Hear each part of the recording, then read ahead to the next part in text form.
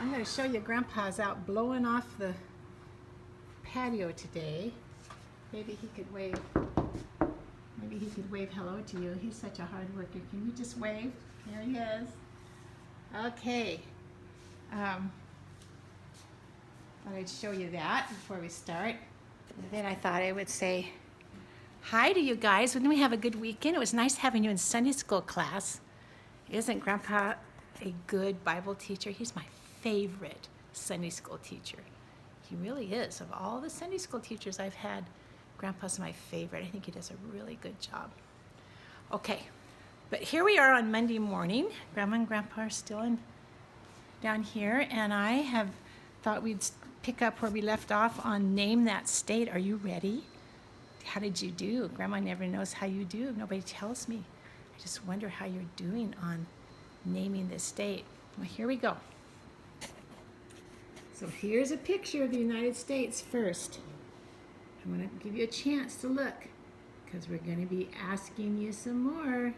We've talked about Washington and Oregon and California, Nevada and Arizona, Idaho. We even did Wyoming and Colorado. What do you think I'm going to ask you today? Which ones do you think I'm going to ask you about? Okay, here we go. Are you ready? Take a deep breath. It's going to be in red, and you try to answer it. What do you think that state is? Does anybody know? Remember I told you yesterday that I remember because it has that little stair step in it. It's right by Nevada. It's right below Idaho. What is that state? If you said Utah, you are right. That is the state of Utah. And that is a state where a lot of Mormons live. Mormons are a group of people, a religion and a belief system, and a lot of people from that religion moved to Utah a long time ago.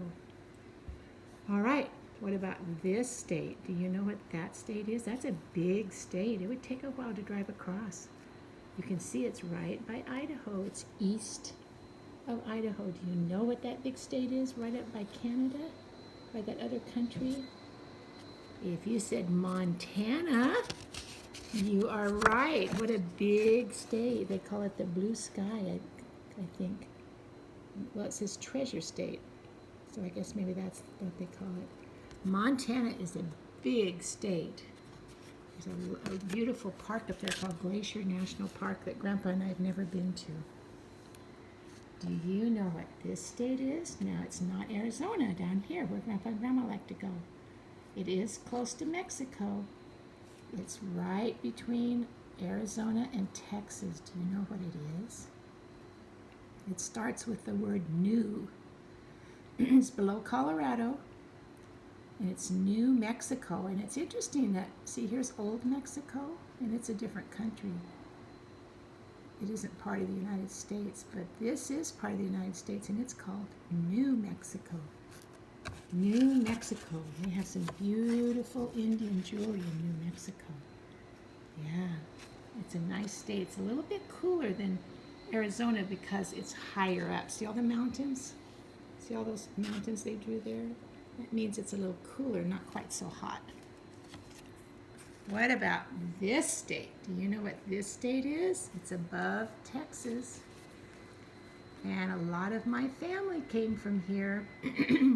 My family left here in Texas, and they went all the way to Oregon and settled right there, and that's where I was born. Look how far my family traveled after World War II. And they came up here for jobs because there was no jobs here.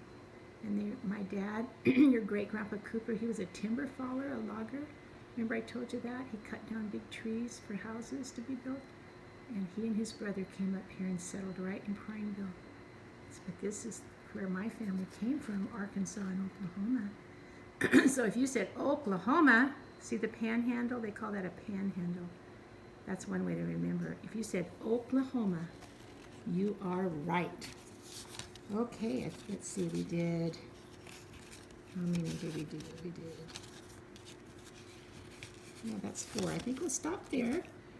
And let's go to our story today about which animal has the longest nose and the biggest ears. Well, I bet you can tell what that is right now, can't you? Let's read about it.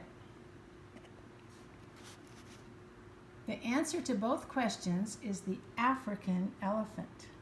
Now, I didn't say any elephant because there's another elephant, the Indian elephant, that has smaller ears, but this is the African elephant. And it's also the largest land animal. Now, remember, it's not the largest animal. Remember, the largest mammal is the blue whale, but this is on land, walking on land. The ears of an elephant are 4 feet wide. That's probably as wide as the table you eat on, or even wider, or as long. And the animal's hearing is very good. Did you know they can hear really good? They should be able to with those big ears, huh? Yeah. And there's the 7-foot-long trunk. That's this part here. Looks like a nose. It provides a very good sense of smell. Look down there. Can you imagine if your nose was that long, how good you could smell? And this animal can pick things up with his trunk, even water, and put it in his mouth. Can you do that with your nose? Can you go stick your nose in water and put it in your mouth? No, we're not made that way. But you know, elephants are a long ways from the water. If they had to bend down and put their mouth in the water, it would be really hard. So God gave them the tools they needed. And they can do a lot of things with that trunk. They can pick things up with it, and it can suck up as much as 13 bucketfuls of water at a time. Because if you were this big, you would need a lot of water. Can you imagine how thirsty they get in hot, hot Africa? They need a lot of water, don't they?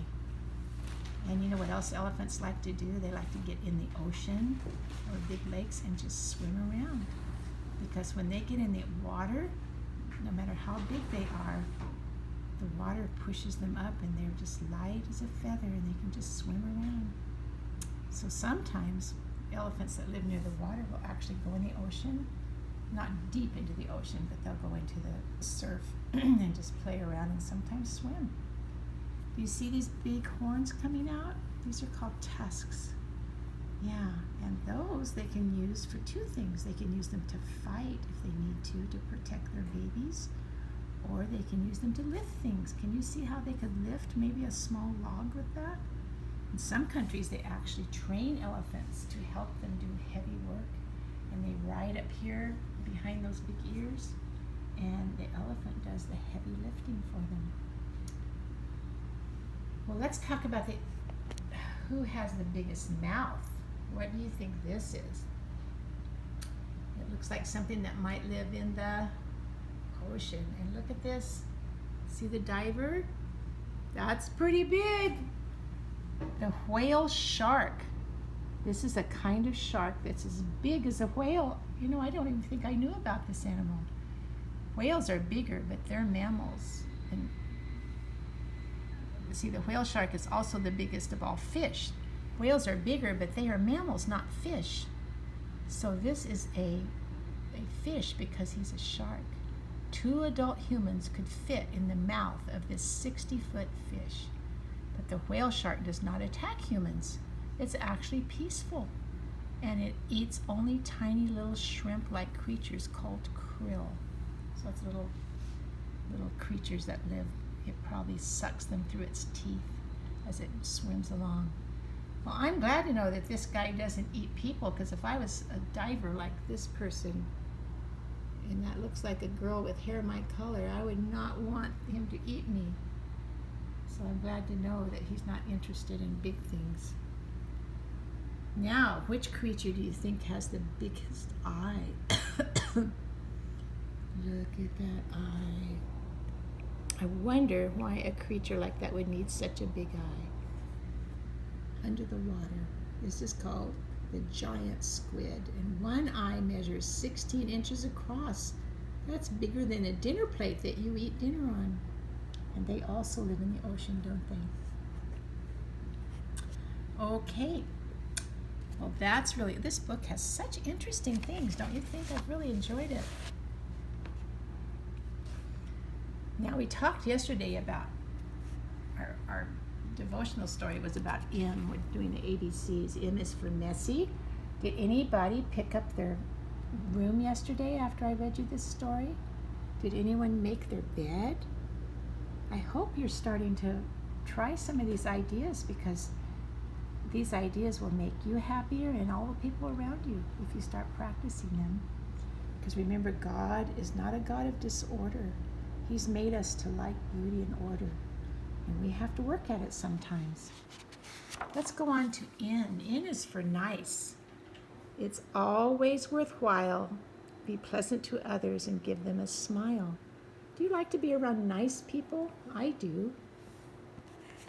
Do your parents ever tell you to be nice? What do they mean? Perhaps you've been playing too roughly, or have hit someone or been quarreling, and when they tell you to be nice, they mean stop doing those things. They want you to be pleasant and helpful. When you're nice, everyone is happy. And when you do something naughty, everyone is sad. So here's a question. Did you do anything today that wasn't nice? Do you remember what it was that you did? Did you say you were sorry?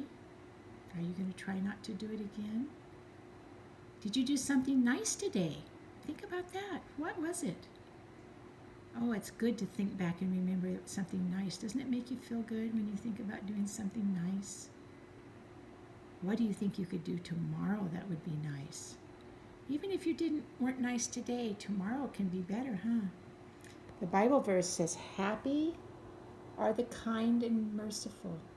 It means people that feel sorry for other people and help them. And that's Matthew 5:7. Okay, let's look at the picture here. Looks like somebody is painting a picture. Do you see what they're painting? Do you know what that's a picture of? I think that's a picture of Noah's Ark. Yeah. And do you see what I see? Do you see the ladybug? Yeah, we don't want to get so busy looking for ladybugs we forget what else is in the picture, though. There's some beautiful illustrations here. You know, if you practice, someday you could be drawing pictures like this for other people. This looks like it might be kind of a school, because I see numbers up here. 1, 2, 3, 4, 5, 6, 7, 8, 9. What else is going on over here? It looks like they've got some plants growing over here on a cart. Looks like they're making baskets of flowers. I wonder if they're for Mother's Day. Wouldn't that be fun to take home something like that for Mother's Day? Are you seeing any more ladybugs?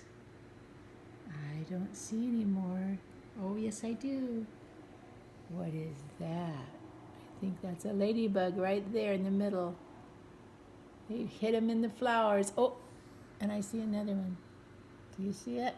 Up by the basket of flowers? Maybe you already saw that. Do you see any more ladybugs? Yeah, I see one on that little girl's green sleeve, huh? Yeah, I think that's probably all the ladybugs today. Dear Jesus, thank you for helping us to be nice. Help us, God, you said to be like you, and you are kind and merciful and fair and just. So thank you, Lord, and help us to be that way too. You made us to be that way, and you know that we are happier when we treat others the way we would want to be treated. Amen.